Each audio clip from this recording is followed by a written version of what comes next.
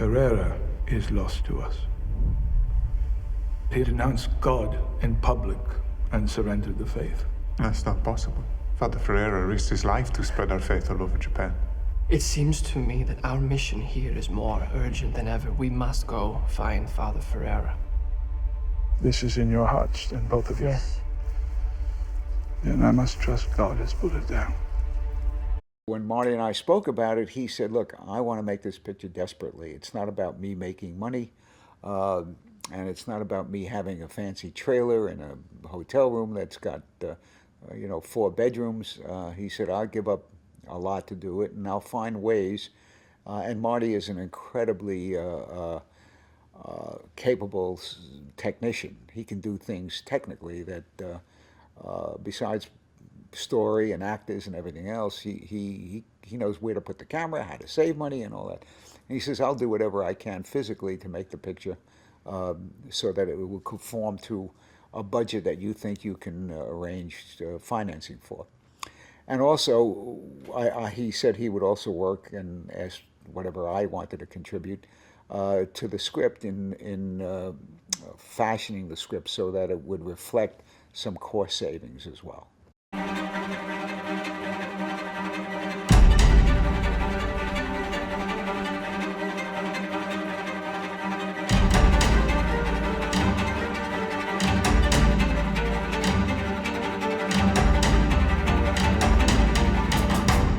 The weather was unpredictable. You couldn't contain the tides in the sea, obviously, but still you wanted the tides in the sea. We had a big tank that we were able to use, so that was helpful. But there were, and I give Marty great credit for it, I mean, he would climb for 2 hours to get to the top of a mountain because there was no road, and the crew would have to schlep equipment up there, and they all did it. And they did it for one reason. They did it for Marty. They wanted to be working with Marty. So the film offers this great landscape that you probably will never see, and we were able to dress the actors and the background actors with a lot of lush costumes that we were able to produce in Taipei or rent out of China, because they had more stuff in China than they did in Japan. So there was a lot of physical opportunities that we could use within our budget, or make use of within our budget, that worked out great. The price for your glory is their suffering. It's too dangerous. We asked for this mission. The great success of the film in storytelling is that it manages to explore the inner religious feelings of the principals, the feelings of the Buddhists that they're confronted with, and manages to equate each on a different level, because on one hand, the Buddhists are protecting their own society. On the other hand, the Jesuits are anxious to help society by preaching their religion. So you have that all in conflict. And the film then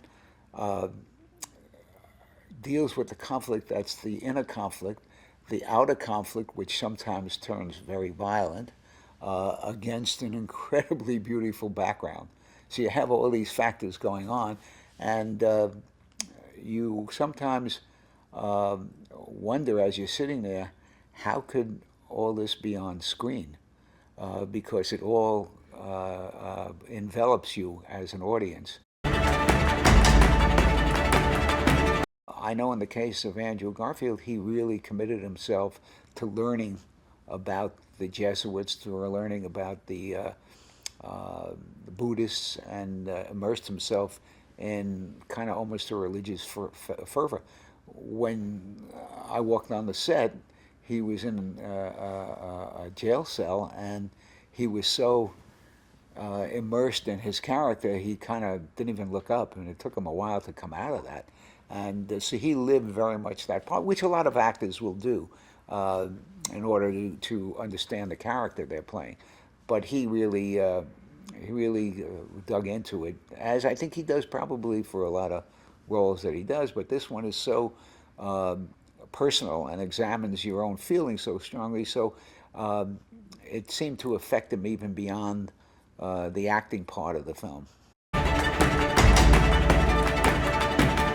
When you see the film, you'll be amazed at Adam Driver, how he physically changes in the film.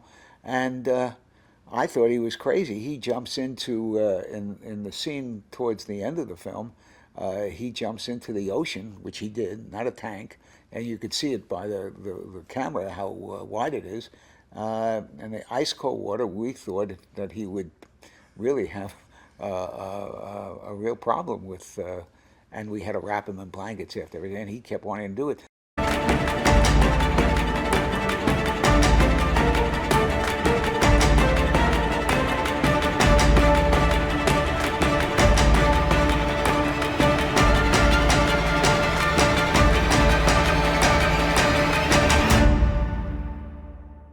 All the actors, all the crew, were very committed initially to working with Marty, and after that committed to what they were doing. There was a great sense. You often get that from actors, but from a crew you often don't get that kind of commitment and that kind of emotional connection to a film. And somehow, as the film was going on, you felt the crew more and more had that commitment. I pray, but I'm lost. Am I just praying to silence? There are many, many reasons to see the film. One, you're seeing a world that you don't know and haven't been exposed to. So you're seeing something that you've never seen before. You're seeing a story that I think will affect the audience a great deal. Personally, I think they'll. My wife, when she saw the first cut, was in tears. I think people will be emotionally moved by it in a good way. It doesn't use violence per se, other than to tell the story and make you feel for those people that are being violated. So I think you'll be moved, and I think that's the major reason to see the film, because so few films today really can get you emotionally involved.